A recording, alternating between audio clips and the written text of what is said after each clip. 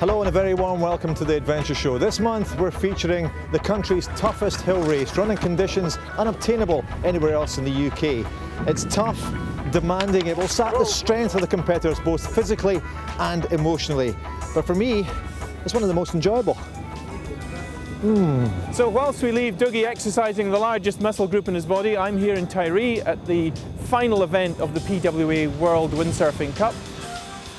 Also in the show we have an investigation into the mysteries of the parallel roads of Glen Roy, accompany Cameron down a quick stagger down Glenlivet, and look at a journey between Glasgow and Skye made in the 30s by two journalists who thought they would look at the strange people of the Northern Highlands.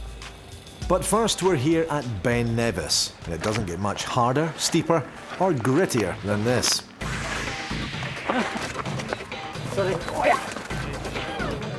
What number's that? This is the annual Ben Nevis race, 4,400 feet up Britain's highest mountain. And if you think that is hard, getting back down in one piece is the difficult bit. If that sounds crazy, a number of veterans keep coming back year after year. It's a fantastic experience to be on the top in the Nevis race. You can't describe it. You have to experience it. Straight up, straight down, so much climbing. There's nothing like it in the country, so it's one of my favourites, definitely. I did it last year. You keep thinking it'll be better next time. You don't remember pain, as they say, so you just do it. I've always been doing the hills down in England. I'm a Scotsman. I'm 60 this year, so why not? Well, I can think of one or two reasons straight off. So what are these racers letting themselves in for? This year we've had an insight from top fell runner Es Tressida, who earlier in the day set off up and down the mountain carrying the Adventure Show camera. So this is quite a long section of road near the start of the race. Yeah, they'll have about 400 runners running along here. It'll also be hard to judge the pace because everyone will be feeling really psyched up, but they also know they've got a good long race ahead of them. It's very windy, quite cool, and the visibility is really poor up on the hill. It'll be quite tough for the guys, for the people running the race. Here we just joined the main path up from the Glenlivet Youth Hostel, and steepening up a wee bit. Most of the runners will take this sneaky little shortcut that I've just taken. So it's a lot steeper. You can see that I'm having to walk my hands on my knees.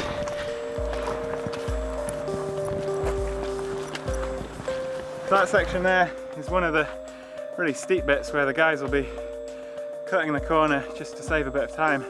You can see the path behind me here is very runnable, but it often takes a very meandering route, so there's quite a few places where it's quicker just to cut the corner on rougher, steeper ground, but save you a bit of time. That's the way people come down. But over there, we're going to carry on straight up. I think we're about 700 metres up the hill. And the thing that's unique about this race is that it's so big, the climb's so big. If you'd been climbing for 700 metres, any normal fell race you'd have already got to the top. You're running back down the other side. But here I'm only halfway. There's the famous red burn.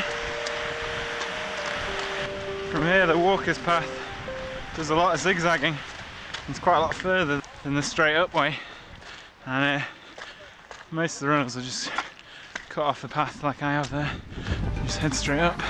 And this really is where it starts to get properly steep. We're up in the mist now. This is going to make route finding on the top quite hard. It's pretty eerie, it's quite atmospheric. When you're running uphill for this long, you get into a definite rhythm with it. This is really the toughest section, the steepest section. Pretty much unrunnable, and even the best guys will be walking almost all of this, I imagine. But then they'll be flying back down it, you'll get to see that. We're just on the approaching the summit somewhere here. Still uphill, but seems to be going quite quick for me. Here we are coming to the top of Nevis. By here, when they get here, really it's kind of mixed emotions, because you get to the top and you think, oh, that's the kind of hard work over, but in some ways it's the really hard work's just beginning. So that's all there is to it. The average walker takes at least 4 hours to reach the summit of the Ben. Today's top racers will get there in an hour, and they'll be back down again in less than half that time. Last year's winner was Rob Jebb, but this year he's out of the race even before it starts. Yeah, it's a shame. I wanted to run, but it's the World Mountain Running Championships in 2 weeks, and part of the England team have said we weren't allowed to run today because they say it's too dangerous. So unfortunately I can't defend my title. It's my favourite race, but I'll just be back next year. Jebb's withdrawal has left the field wide open, not least for last year's runner-up, Ian Holmes. If he wins today, he'll set a new record as the first person to win the race 6 times. But in spite of being the favourite, he's unsure about his chances of success. I haven't been running just as well of late, but I'm going quite well. But all can happen on the Ben, so. You obviously have won it 5 times in the past. No one else has won it 6 times, and certainly no one else has won it 6 times as a veteran. But how much would it mean to you to get that record, Ian? Yeah, I mean, I've been trying for a few years now. No, it would mean a lot. I mean, I've led before at the top by a minute, and my strength is on the descent, and I finished 5th that year. So anything can happen on the Ben. Until I'm coming around that track with a lead, I won't even start to think about celebrating. As always, there's an incredibly strong local entry, and 3 times winner David Rogers is counted one of the best. So David, how are you feeling before this? I'm a bit nervous. I've missed a lot of training this year. So Ian Holmes said the same thing. I've seen his results, so he must have been doing some training. I think it was 1996 and 2001 that you won. And 91. And 91 as well. So all that time ago. But what is it that keeps bringing you back to the Ben? Just because it's on the doorstep, really. I think that's what it is. I just feel a wee bit emotional about it as well, you know. Things are also heating up in the women's race. Sharon Taylor is going for her 4th consecutive win. You might think she'd be confident, but she thinks the smart money is on Angela Mudge, who last competed and won in 1996. Today she's the Scottish, British and world hill running champion, and the person to beat. If you're both running at your best, is it her race or is it your race? Can you not maybe pit her? To the situation where they lose. Only if she got lost. But she's not going to do that. No, she's a class apart. She'll win it easily. She'll be up there with the men. Sharon, we were speaking to there, and she said all bets are off. You're the winner. I think she's trying to put pressure on you. Do you think? She probably was. Yeah, she's just trying to psych me out before the start. It's been such a long time since you were last here and you last won. What would it mean to you to win again today? I'd like to win. I mean, it's a special race because it's the biggest race in Britain, isn't it? So for both the men and the women, everything depends on the next 90 minutes. And they're off. The 2007 Ben Nevis race has started. 409 racers have to go all the way to the top, 4,406 feet, the summit of the highest mountain in Britain, and then all the way back down again. And as they leave the park, Ian Holmes sitting in 2nd place with Davy Roger right next to him, the local man hoping to win it for the 4th time. Ian Holmes, of course, looking for a record-breaking 6th win in the Ben Nevis race. And as the racers start the long, long route to the summit, we're taking a break and heading west across the water.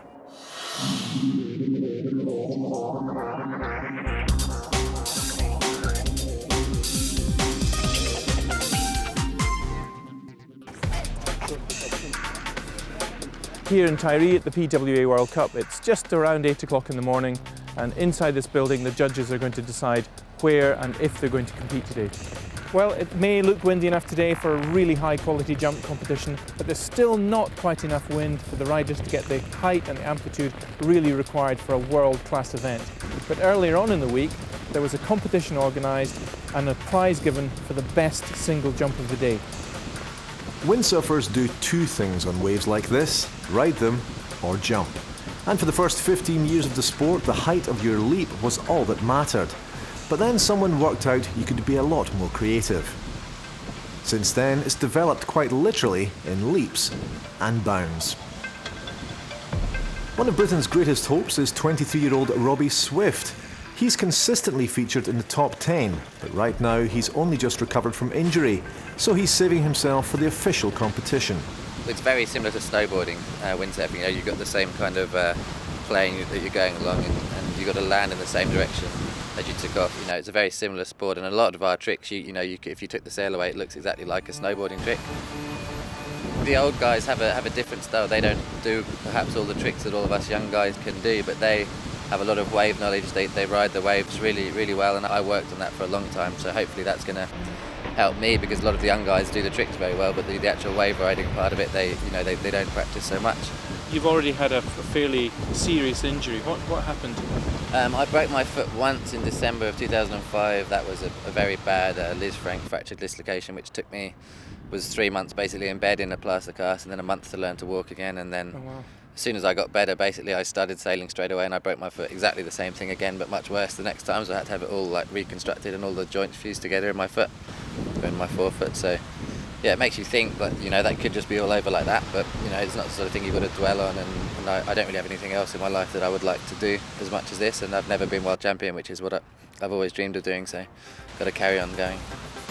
The winner of today's jumping competition, it's actually called an expression session, is another 23-year-old. Victor Fernandez is from Spain, so he's used to much warmer conditions and definitely doesn't like the cold. But that's not held him back on this occasion. Off the water, Victor has a reputation for being quiet and reserved, but on the water, whatever the conditions, it's another story.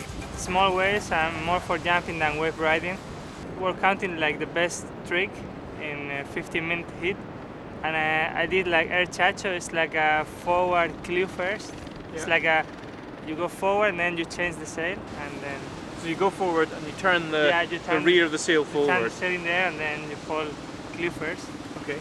And that was my best move, and I got the first place in the expression session.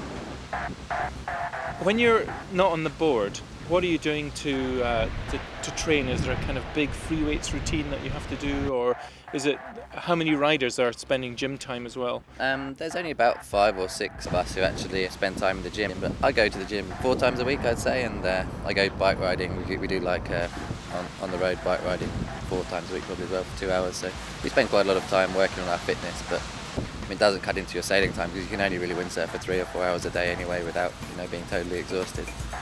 The reason why we train so much is because you go to these windsurfing contests and you sit around for a long time, you know, doing nothing, and you wait. You get one day of wind, and you can do 8 or 9 heats in a row. It's very tiring doing a heat. You know, your heart rate's up, you're sort of nervous, and a lot of adrenaline. And you do see people who don't train. You know, they're very good sailors, but coming towards the end of the competition, they kind of flake out because they're not fit, you know, they're not strong, and they maybe don't notice that, and you probably don't even notice it yourself, but if you've been training, you know that you're ready for that, you know.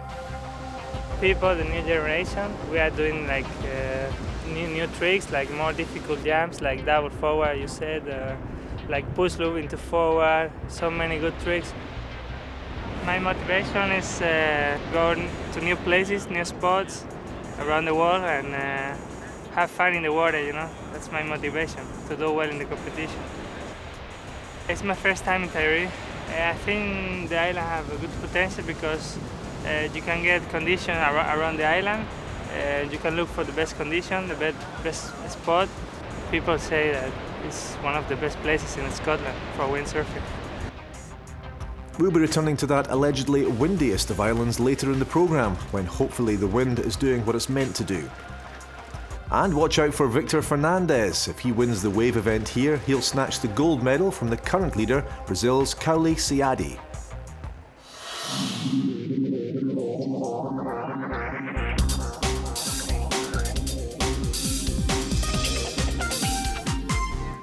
Now we're joining expert kayaker Callan MacLeod and BBC Scotland's Simon Willis, who are taking to the water and retracing a journey originally made over 70 years ago. They're at Crinan on the west coast, paddling in the wake of two audacious kayakers who travelled from Glasgow to Skye, over 200 miles, through some of our most treacherous waters. Have I ever done anything as difficult as this before? No, actually no. I don't think so. You see, I don't know. I don't know what it's going to be like. If it's going everywhere like crazy, no, absolutely not. I've not been through this stretch of water. I've been through many other bits like it in Scotland and also abroad, but it's a challenge. It's a small test piece for Simon today to get through it. Callan MacLeod is an extremely experienced paddler, while I'm, well, at the start of the sport. We're about to tackle some sections of the amazing journey undertaken by Alistair Dunnett and Seamus Adam back in 1934. We can't take on the whole trip, but even so, certain parts may test me to my limit. I'm actually a mix of being quite apprehensive about this and also very excited because this is something I've wanted to do for a long time. It's the start of the Canoe Boys story. Although they started on the Clyde, this is where they really hit the west coast. But out there's a bit of water called the Doris Moor, the Great Door, and it's been a little bit of a bogey for me, and I'm a bit frightened about it. And I can smile about it, but actually deep down, I'm a bit scared. After their trip, Dunnett wrote a book about it called The Canoe Boys. This year it's been updated by Alistair's son, Ninian. There's no question it's a wonderful story, and it's got character and danger and friendship and triumph over adversity, but there's also an aspect of it that makes you sit back and think, man, my dad was nuts. The essential point is that they were complete novices. They had, I guess, one trip, a brief trip on the Forth and Clyde Canal to work out how the canoes worked, and then they were off into the Atlantic. Their equipment, the clothing, they seem to wear canvas jackets and singlets and stuff. And the kilt, the kilt is the most staggering thing, because a kilt's a big piece of cloth, and to imagine that soaked through, swathed around you, not only all day, but when you got out the canoe at the end of the day, is a little grim. I don't know whether they were adventurous, whether they were stupid, whether they were naive. I don't know what they were, probably a bit of everything, because this was a heck of a journey to undertake in 1934. I think they certainly had a true British sense of adventure and also humour and resilience. I mean, to sit in a wet kilt day after day, paddling in the Scottish rain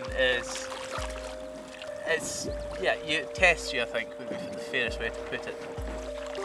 It wasn't just the clothing that staggers me. When Alistair Dunnett and Seamus Adam canoed these waters, the boats were known as lacabas and were made of teak. To our eyes, they looked very primitive. They came in 3 sections and were so heavy you could hardly lift them. They're non-in-existence now.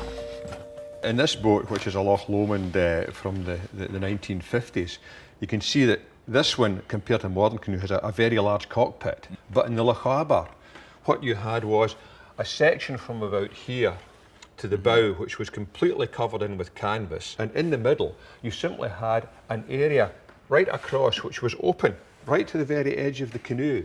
They attached canvas around the edge, and they used that canvas to gather in round where they sat. And instead of having a cockpit which was attached to the canoe, they used an inflated car inner tube. Inner tube. Yes. So I don't know whether they brought it in over the top or brought it in from below, but it, in effect, it gave them a cockpit. Not as good as this, but it had the dual function that if they were unfortunate enough to capsize, the idea was that the inner tube would come with them and would become, in actual fact, a lifebelt. 11. Yep. Or 2. Okay. And we can get our Alright, we've got 2 hours for that. What our plan for today is to head in a sort of northwesterly direction out into an area known as the Doris Moor, an island, and then the mainland, and there's a heck of a lot of water, it's got to get through it. It's like when you squeeze your thumb on a garden hose. the result is at the other side of the squeeze the water goes rather fast. Onwards and approaching was a low wall of water higher than the level we were on, where the two irregular tide forces were heaving up the sea between them. The wall seemed to dart and strike us, although it was we who rushed on it. Here the paddles felt new forces that made them kick in our grip as if hands in the water had seized to wrestle them from us. We were now in a moving group of whirlpools, and the noise was a hissing thunder. On the other side of our hulls of cloth and slats, the sea gathered below our thighs like a horse bunching for the gallop. I'm certainly looking forward to getting out and getting wet. I think for its time it was fairly out there. Certainly a real test. Test of equipment, a test of resolve, but also that they just didn't have the knowledge that we've got today. So really to do something as equivalent today would involve probably being away for a month, somewhere like in Spitsbergen, or like a challenge that was undertaken just in the last few years, which was the first circumnavigation of South Georgia. The water over there, how it's changed. Now it may not look much from up there, but when you're this high off the water, those waves are actually starting to get up there now. And for me, going through there, that's going to get my adrenaline going. So it's quite a noise. It's like horses are just stampeding around us with little haystacks of waves crashing and licking and splashing. Sea always will throw a challenge down and you're not quite sure what's round the corner. You can't leave a track on the sea. There's no sign anyone's been here before. And it's just so special. I can think of quite a few headlands or tricky crossings that I've made where I've been on tenterhooks for sort of 4, 5, 6 hours, and you don't stop concentrating from the minute you get in your kayak to the minute you pull ashore. Mentally it's demanding and you're shattered by the end of the day. You've got that glow inside you of a satisfaction that you've pulled off it. You've safely had a big adventure. Definitely addictive, yes. And that was just the start. Like the original Canoe Boys, we went on to explore the west coast by kayak. And you can hear the rest of our adventure on Radio Scotland starting Wednesday the 14th of November.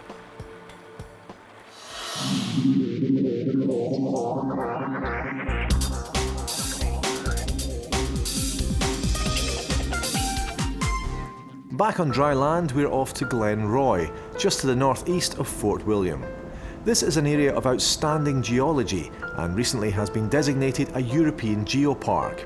This is home to some of the most remarkable landforms in Britain, including the distinctive parallel roads. They're unmistakable, yet for centuries no one knew what they were. Some people thought that Fingal, the warrior king, had created them as hunting roads. When this glen was more wooded, he needed somewhere to travel along to hunt, so they thought they'd been created as a hunting road. Other people thought the kings of Scotland had built them as roads to transport troops and things like that. Because, I mean, that is what they look like. They do look like someone has constructed them round the hillside. And they're marked on Ordnance Survey marks as roads, and it wasn't really until Victorian times when scientists were coming here that they managed to work out really what they were. It attracted people like Charles Darwin. They got it slightly wrong. And it wasn't actually until a Swiss glacier expert called Louis Agassiz came over, and he had a lot more experience in the Alps looking at different landforms there, and he actually worked out how these parallel roads were formed. How were they formed then? Well, what was eventually discovered was that these roads were actually shorelines of an ancient lake or loch here. If you look at this picture, there's a loch here shown, and it comes up the same height as the lowest of the roads, and if you look up at the roads themselves, you can see they're actually above our head right now. So the loch would have been actually above our heads and we would have been standing underwater, and it was created by a glacier that was damming the entrance to this glen and stopping water from escaping, allowing it to back up behind the glacier. So how come we've got 3 sets of roads? About 12,900 years ago, it was the end of the last ice age, but we had an extra cold phase, and the glacier started to re-advance, and they crept back up to this glen, and they started to creep up blocking the entrance and allowing the water to back up, but the water found a natural outlet. It found a col at the lowest height where it managed to escape over, a bit like a sink overflow. But the glacier kept moving upwards. It was cold, it kept advancing, and it blocked that outlet. So the water had to rise a little bit further to find another outlet at the second road. And eventually, the glacier moved even further, as shown in the last picture here, and the water rose to 350 metres, the final road, and it actually escaped over a col right at the very head of the glen, and the water escaping flowed down into the River Spey and out across the east coast. What's left then, it's very much like tide marks in a bath, isn't it? Definitely, yeah. It's the only place you can see this type of glacial feature in Scotland. In fact, until the story of this was unravelled, we had no idea that Scotland had gone through a glacial phase. So when the Victorian scientists worked out that that's what it was, people were astounded to realise that we'd had glaciers like you have in Europe. The parallel roads are not the only features to come out of the ice ages. River fans, terraces and landslips are all the result of glacial action. And that's also true of the flora around here. Take lichens, for example. They might not have the immediate impact of the roads themselves, but for Martin Faulkner, they're totally absorbing. The geology and geomorphology are the foundations of all the other wildlife that live in Glen Roy. Once the glacier burst happened and everything was bare, it was the perfect place for these things like lichens. Fantastic shapes and patterns, aren't they? There's a lot going on here. Beautiful. Yeah, it's a shame because lichens are just there and they don't grow very fast, so nobody seems to take much notice of them. And you've got to feel sorry for them, Lindsay, because they do have a bad, hard life. They've got no way to protect themselves from water loss. So at night, when it's been raining, or it's got a very high humidity, that's when they can start growing, when the sun comes up. But because they can't protect themselves from water loss, if it's a sunny day, the amount of growth they can make is only about, well, it's less than an hour, I would guess. And then they just have to stop. But that's why, like with this one, it's got these tiny, it's growth rings. And you can see they are like the growth rings in a tree. Yeah. Gosh, that's fantastic. And this whole rock, it's got no bare parts. If we were to scrape away here with a fingernail, not grey anymore, it's going a sort of muddy green. Yeah, muddy green colour. And that gives you a clue to how lichens work. It's a partnership. The grey bit, that's just the fungus part of the lichen. That's the algae inside the fungus. And that's the part that converts the sunlight and the carbon dioxide into lichen. So it's a complex wee critter, this. Oh yeah. And there's loads and loads of species, and they're very specialised. And see this moss here as well. Even this is helping wildlife because there's lots of sheep in Glen Roy, and the moss has been catching the sheep's wool, and that's the kind of stuff that a meadow pipit will come along and pick up and make into its nest. And there is a feather. Is a meadow pipit's feather. Good grief.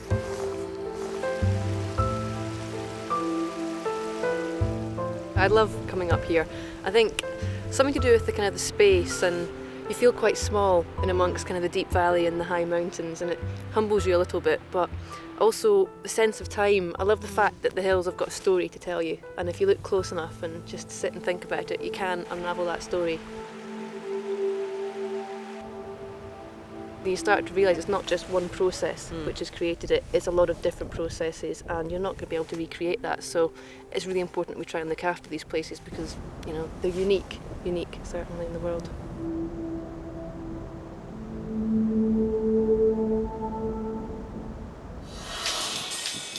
Back now to the Ben Nevis race as the runners start on this unremitting hill. Still on a tourist path right now, and already a small group are breaking free of the main pack. And it's Ian Holmes leading the assault. But hard on his heels are top athletes Ricky Lightfoot in yellow and Danny Hope winning number 431. Behind Danny is Robert Liddell from the Peak District, and bringing up to the rear, local favourite David Rogers. He'd love to pull something out of the bag today, but he's not optimistic. I did the halfway race and I was well behind my time, so that was a couple of months ago. Probably do better than I'm expecting, but you know, you pull a wee bit out with emotion and everything else, and because it's on your doorstep. Not too far behind, tucked into the scrum of men, Angela Mudge in the red top has already taken the lead for the women. But despite her reputation, she's downplaying her chances here today. Anything can happen.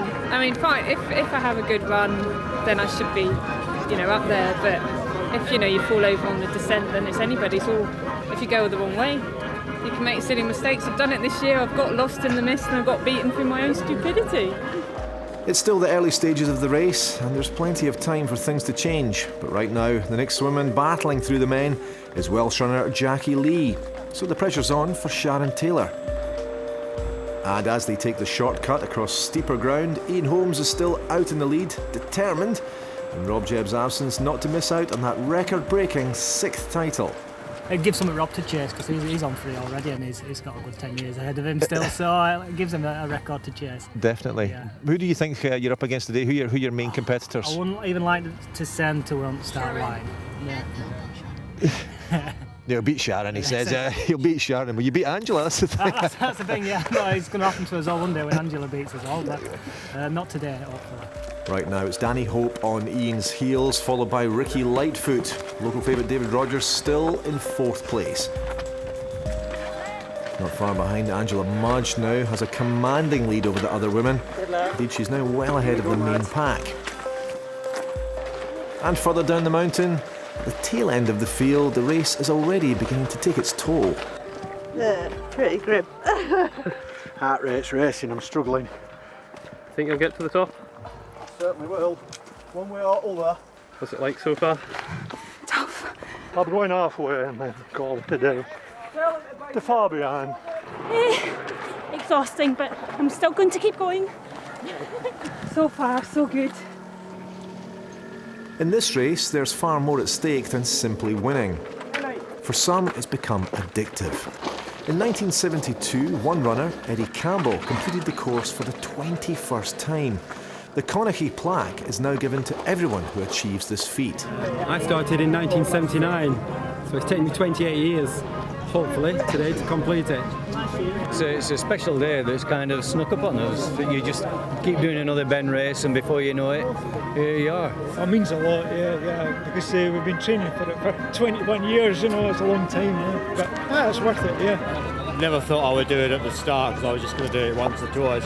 As I got to about 13 or 14, I thought, oh, I might have just managed this. And it encourages the youngsters as well, you know, to do something worthwhile, because it's definitely worthwhile. It means a lot, you know. Do you think, I mean, once you get the 21, will you carry on? Oh, yeah. Why? Because it's there, I suppose.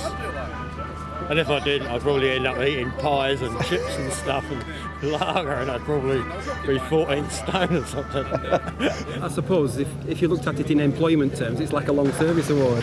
21 times up and down's not bad at all.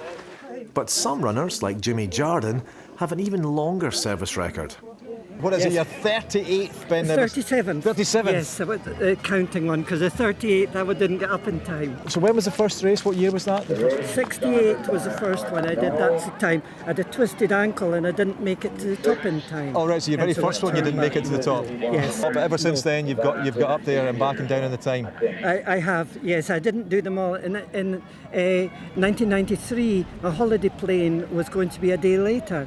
And it was either cancel the holiday or miss the Bain. And I thought I'd get strung up if I cancelled the holiday, so I missed the Bain that year. All right. It's good not to be too obsessed by it. Of course not. You know, at 37 races, you know, it's not gonna, you're obviously not obsessed with it, no. Back with the front runners as they head up towards the Red Burn. Ian Holmes and Danny Hope have now broken away. They've got nearly a minute's lead and both are going strong. For the women, Angela Mudge is still well ahead, and further back, Sharon Taylor's made a bid for second place. She's now just ahead of Jackie Lee. For most, it's now time for the boulder field and into the mist. Underfoot, the rocks are treacherous. And approaching the summit, first up, Ian Holmes. Danny Hope is right behind him, but Ian's strongest on the descent.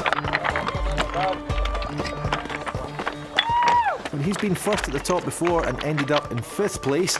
And as all racers say, anything can happen on the Ben. Next, currently vying for 3rd place, it's Ricky Lightfoot. And Lochaber runner Finlay Wild. Lots of support there for the local boy. It's now crucial for all racers to focus on the downhill. They'll be looking for the soft ground to cushion their descent. And there's not much of that around on these slopes. Here's David Rogers, and as a former winner, he'd want to be faster than this. Angela Mudge is the first woman to the top. Now, it's hard to believe she was born with both feet twisted in the wrong directions, but as Sharon Taylor said, she's in a league of her own.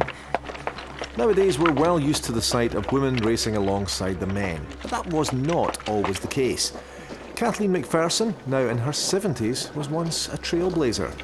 I was the first woman that ever ran up and down Ben Nevis to race in it, and I had been entered to run in a race in 1955, and on the day of the race an official came up from the Glasgow branch of the Scottish Amateur Athletic Association to say you weren't allowed to run in it, because if I had run in it, it would have jeopardised the amateur status of all the other runners. That was a big disappointment, so I did a solo attempt, which was an acceptable thing to do, and as a result of that I did this run up and down Ben Nevis, the first one, and it was like 24 years before anybody came anywhere near. Now they allow the ladies to come, and now ladies can run in marathons and all sorts of things. Today, over 50 women are competing, and the battle's on for second place. Sharon Taylor's managed to stay in the lead and is first to the top, but she's only 30 seconds ahead of Jackie Lee. But right now we're leaving the race as the leaders start their descent down Britain's highest mountain. We're heading back to the flatlands of Tiree, and hopefully a bit of breeze for those windsurfers. This week, for the first time ever, the World Cup has come to Scotland. It's 21 years since the first Tiree Wave Classic was held here. So to get this new event, it's an appropriate coming of age for one of the longest running competitions in the British windsurfing calendar. The first event of the season was in February, when the sailors travelled to Cabo Verde for some great conditions. Since then they've been to Korea, Spain, Portugal, Turkey and Brazil. It's not a bad way to earn a living. Right now, lying in second place is Spain's Victor Fernandez, who earlier showed us his prowess in the jumps. If he pulls off a win today, he'll seize the top spot from the current leader, Kauli Siadi from Brazil. The Brits are doing well too, with Nick Baker leading the assault. He's lying in fourth position, but could well make it onto the podium. This is the final event in the series. Success here ensures the World Cup title. In the wave sailing, we're doing some incredibly radical jumps, but more the point on the waves, the way we're surfing, very much like a surfer now, we're trying to turn much tighter in a much smaller area. We want to get more turns in on the wave, if you like, and with a longer board that draws the turn out and makes the swing rate of the board a little bit slower, so everyone's going sort of short as possible and a bit wider, a bit more curvier, trying to make the thing a lot more looser for the judges, basically, so that they score us more points. That's the idea. Kauli Siadi now from Brazil, who's been world champion and who's currently leading the world title for this year. Just the way he rides a wave is quite different to everybody else. He can do a much tighter, sort of more surfy style turn on the wave, and that has really proved to sort of favour very well with the judges and all the sailors, to be honest, as well. We really enjoy watching that style. It's something we all sort of are trying to achieve. Where do you see it going? Where's the next step? Kauli Siadi in Gran Canaria was the first guy and the only guy so far in a competition to do a jump where we go up and you do like an inverted back loop. So you reverse the sail in the air, which is in itself quite a radical manoeuvre.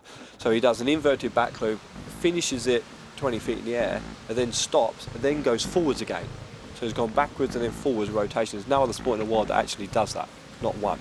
So that's a pretty huge achievement for windsurfers, and I think manoeuvres like that are really going to see sort of windsurfing just pushing pretty much any other extreme sport. I mean, we're doing things that people can't even do on a trampoline, let alone, you know, flying 40 foot in the air with a windsurfing sail strapped to them.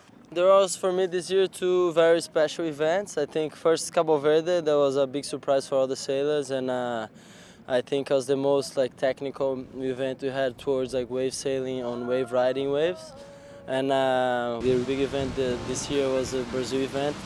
That was another surprise for me, and I think all the other sailors, just especially for me, be able to compete at home and have my family watching what I've been doing the last few years, and all my friends that begin to windsurf with me, and just they're really being part of it, so it was a cool thing, and especially that I won that event as well.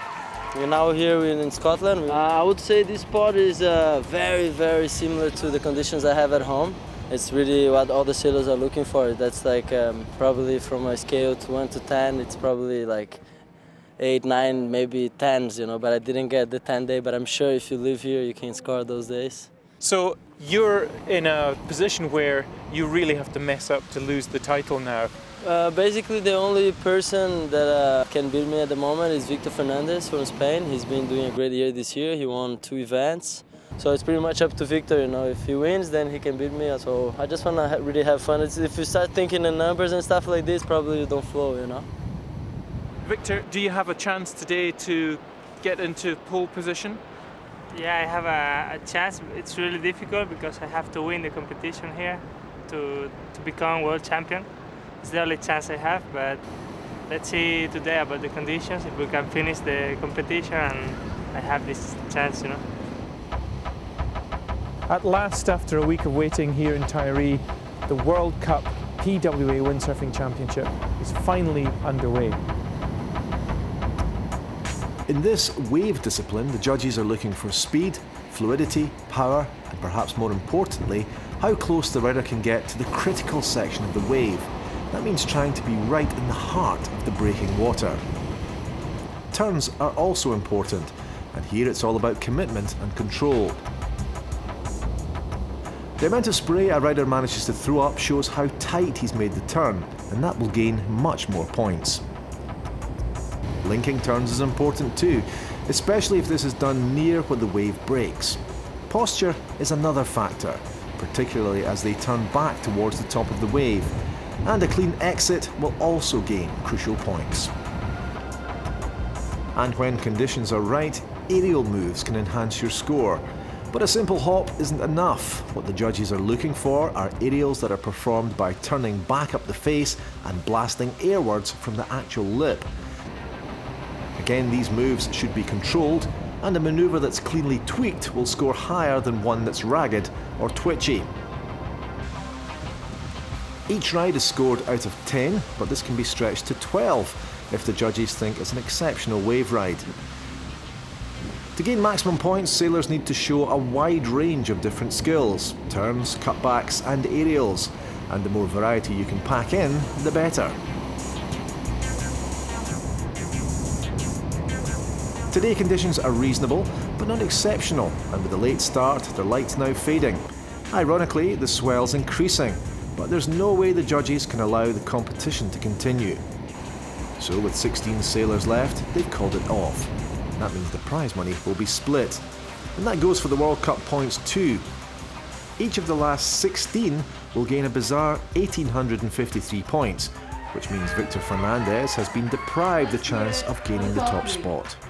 A bit disappointing about the conditions that we couldn't finish, but also I'm very happy with the result. Still second is really, really good. So in the final reckoning for the 2007 PWA World Cup, Josh Anguelo is in third position, Victor Fernandez has come in second, but taking the gold is Kauli Siadi from Brazil. I think we actually got a pretty good conditions, you know, for the last day, and we were able to have a result for the event. We had great quality waves, great winds, so that's what matters, you know. We want to be on the water when it's good, and that's what happened in Tiree, you know. But British hopeful Nick Baker's only just missed out on a podium spot. He's finished in fourth place. My goal was to try and fight to get into the third place, take that away from Josh if I could, but that wasn't to be where we didn't do enough rounds. And saying that, I actually cut my foot pretty badly in my heat today, and so probably couldn't really have gone on and done any more rounds. So the fact that it stopped at the end of the second round was fairly fortunate for myself.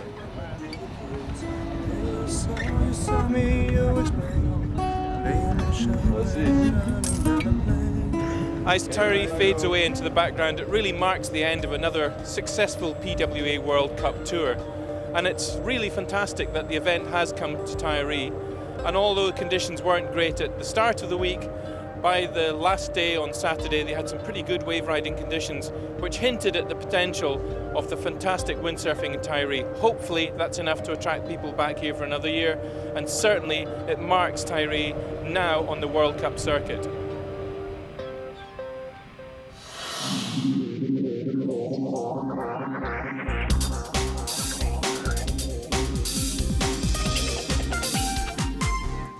Now we're back to the mainland to join Scotland's best-known walker, Cameron McNeish, and I thought, as usual, he'd be heading into the hills, but perhaps not.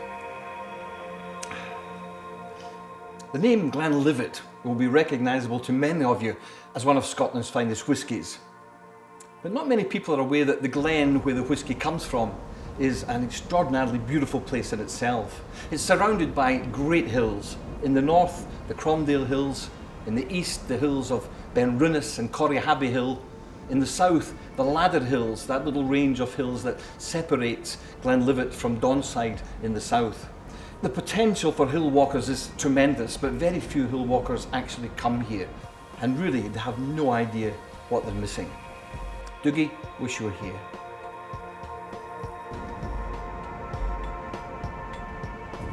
Glenlivet's a fairly prosperous looking place today, with its green fields, its distilleries and its holiday homes. But it's not always been like that. 200 years ago, it's said that Glenlivet was a wild, inhospitable, bare kind of a place. And it was, but it was those very characteristics that made it a haven for illicit whisky distilling and smuggling. At one time, it's said there were over 200 illicit whisky stills here in Glenlivet. And that's an awful lot of whisky. It would be all too easy to imagine that the illicit whisky distilling industry in Glenlivet was a sordid little affair, you know, made up of a few crofters brewing up their own hooch for their own use. But that wasn't the case. This was a massive industry, a huge industry, and quite often pack loads of ponies would meet at the old brig in Glenlivet, be loaded up with casks of spirit and be taken by the smugglers under cloak of darkness down to the ports of Banff and Buckie. Some of the whisky even got as far as Edinburgh, where it became a great favourite with nobility, who called it the real stuff.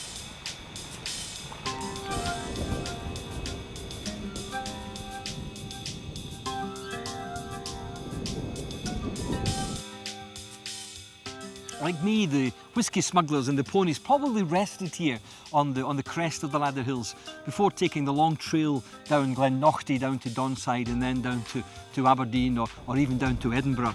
But I'm going to leave the whisky trail just here because I want to go and visit a Corbett. And this one's called Carnmore. It's 804 metres in height, and it's a fantastic viewpoint of both the Glenlivet side of the Ladder Hills and here on the Don side. But before I go across there, I want to tell you a wee story about a house that lies down at the foot of Glennochty. It's a house with a rather unusual name. There was once an itinerant by the name of Lucky Thane, and he wandered up the glen here, saw the house and went in there and squatted there for a long, long time. Various neighbours came and the police came and tried to get him to move on, but he stuck by his squatter's rights. And eventually the landowner himself came and tried to convince him that it wasn't his house and that he should move off, but he didn't. Lucky Thane was defiant. The landlord's name was Duff, and the house became known as Duff Defiance. I think it's a great name, and I wish I had a house called Duff Defiance. Oh, yeah. Oh, between the Smuggler's Trail and the Corbett, the hill is ravaged by these peat hags, and while most hill walkers just hate walking through peat, the whisky distillers loved it because peat was a vital constituent in the illicit whisky distilling business. It was the peat that kept the stills burning for long periods of time, and most importantly, peat burns without very much smoke. And the last thing the distillers wanted was lots of smoke from the stills so that the gaugers or the exciseman could see where the stills were. So very, very important. Hated by hill walkers, but certainly loved by the illicit whisky distillers.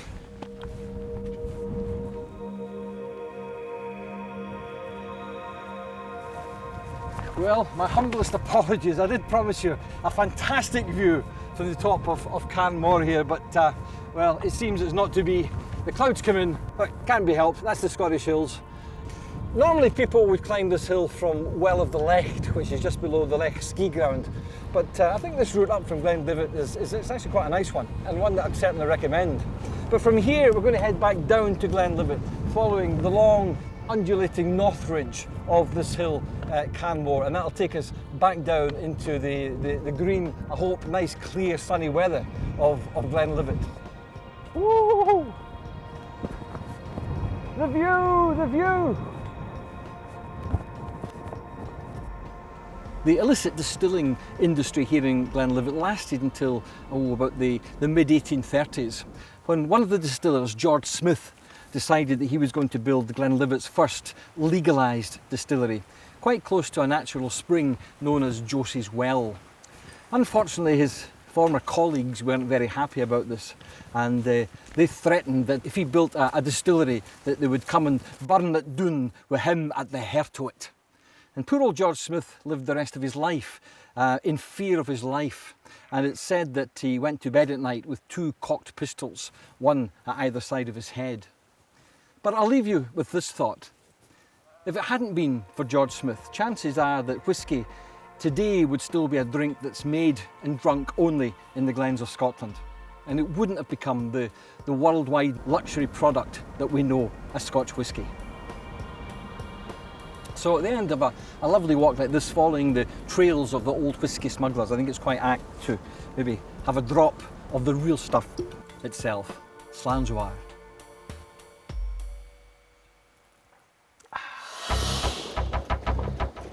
Back on the Ben, and Ian Holmes is leading the race down the hill. He's one of the fastest on the descent, but today he'll be only too aware that Danny Hope is just seconds behind him. There's just over a minute between Danny and the first of the local runners, Finlay Wild. Right behind him is Ricky Lightfoot, so it's all to play for between these 4 leading runners. For the women, Angela Mudge is still well in the lead, while Shannon Taylor's now nearly a minute in front of her closest rival, Jackie Lee. There's a real art to coming downhill. It's a bit like a controlled slide, but it doesn't always go according to plan. They must be as hard as nails. They've got to be. I've done it once, just because you have to. If you run up hills, you have to do this one. But it's a bit rough for me. I mean, how does a 61-year-old run up here? No ways. Bad enough walking. They're absolutely mad. They run down it. Occasionally they roll down it. The odd somersault. I can't believe I've come this far. While the majority of the runners are just starting their descent, the leaders are on the home stretch.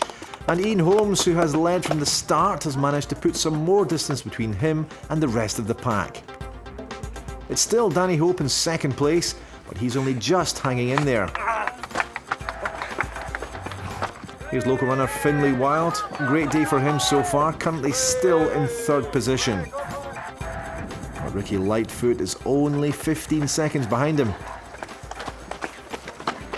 But Ian Holmes is the man today. Denied the winner's medal last year, he's determined not to lose out this time. And here he is, the leader in the Ben Race 2007, Ian Holmes. This truly is a remarkable performance from Ian Holmes, a veteran runner. He'll be the first veteran to win the Ben Race. Not only that, he won it in 1994, 1995, 1999, 2000, 2004 and now 2007. Ian Holmes into the record books, the 6th time he's won the Ben Nevis Race, and that truly is remarkable. Ian Holmes, Ben Nevis Race champion 2007 for the 6th time. At last, yeah.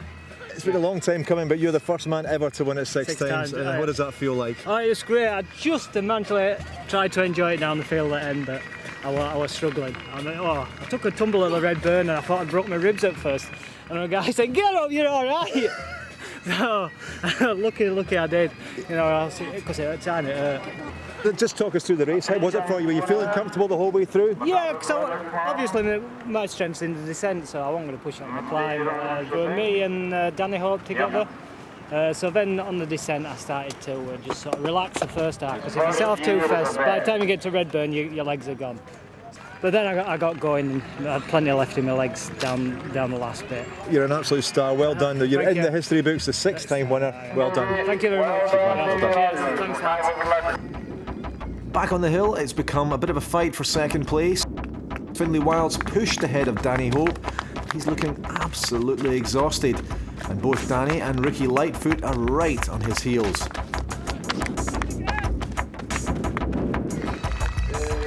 But in that final spurt, it's Ricky who's made it first to the field to grab the silver. Danny Hope's now in third place, pushing Findlay Wild down into fourth. Still though, a great effort here today. Just hitting the road there at the end, just like no power, and you just. But it's good. It's good going up. It's good fun. Good going up. Yeah. It sounds a bit bizarre, but you're the first local boy back, of course, and it must put you in mind of going on Ben Nevis racing in years in the future. Well, we'll see. That was pretty killer, but yeah, it's a pretty prestigious race. No mistakes though for Angela Mudge. She's now 3 minutes ahead of Jackie Lee and Sharon Taylor. Jackie's been quicker on the descent and is now lying second, but Sharon might still catch her now they're back on the flat. But there's no denying Angela Mudge the title this year. What a fantastic run for her up and down the hill in just 1 hour 48 minutes. Angela, fantastic, great victory. 1996 champion and 2007 champion. That must feel pretty good. 11 years gap, it's not bad, is it? It was hard up there. Was it? Yeah, when we got to the zigzags, I lost the people in front of me and I didn't turn left at the steep bit. I carried on and did the first zigzag. But it's just one of those things, isn't it? And then after that, I thought, right, I'm just going to have somebody so I can follow them. So you went the long way and still won it? It's just hard up there because it's so misty. Yeah. But normally, you know, in a race you can see the line, but you had no idea where the top was, how far you had to go. It just makes it hard. Congratulations, well done. Fantastic, well done. And managing to hang on to that second place, it's Jackie Lee, just 2 seconds ahead of Sharon Taylor.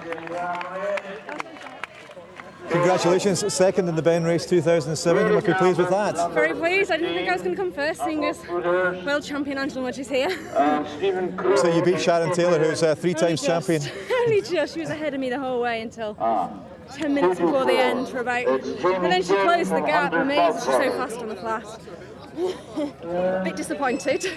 Just third there, you almost caught her, Jackie, at the end. I know, well, I'm a bit annoyed because her boyfriend was with her and took her a good way down. But oh well, she was faster on the day by a couple of seconds. And for confirmation of those final results, Sharon Taylor is in third with Jackie Lee just 2 seconds ahead with a time of 1 hour 51.58. But 3 minutes out in front in first place is Angela Mudge. And it was a close call for the men as well. David Rogers finished a respectable 8th. Findlay Wild was pushed into 4th position with Danny Hope just 4 seconds ahead of him. In second place it's Ricky Lightfoot, who came in 1 hour 33.54, and nearly a minute ahead is Ian Holmes, winning for the 6th time. But is that enough for Ian? I'll be happy when I win it 7 times, I think. But everyone who finishes this Ben race today is a winner. And for some, their achievement is even more remarkable. 21! I don't need to ask you how many times you've done the race. Look at this.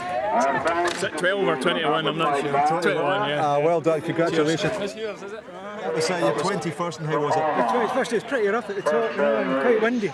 So, but apart from that, it wasn't too bad. My time was a wee bit slower than last year, but I made it. That was lovely, aye. It was lovely. Thanks for waiting, fellas. Well, that's it for this month's adventure show. We'll be back on the tops again next time when we're travelling south to the Lowther Hills for the 40th running of the original mountain marathon. We'll see you then. Bye for now.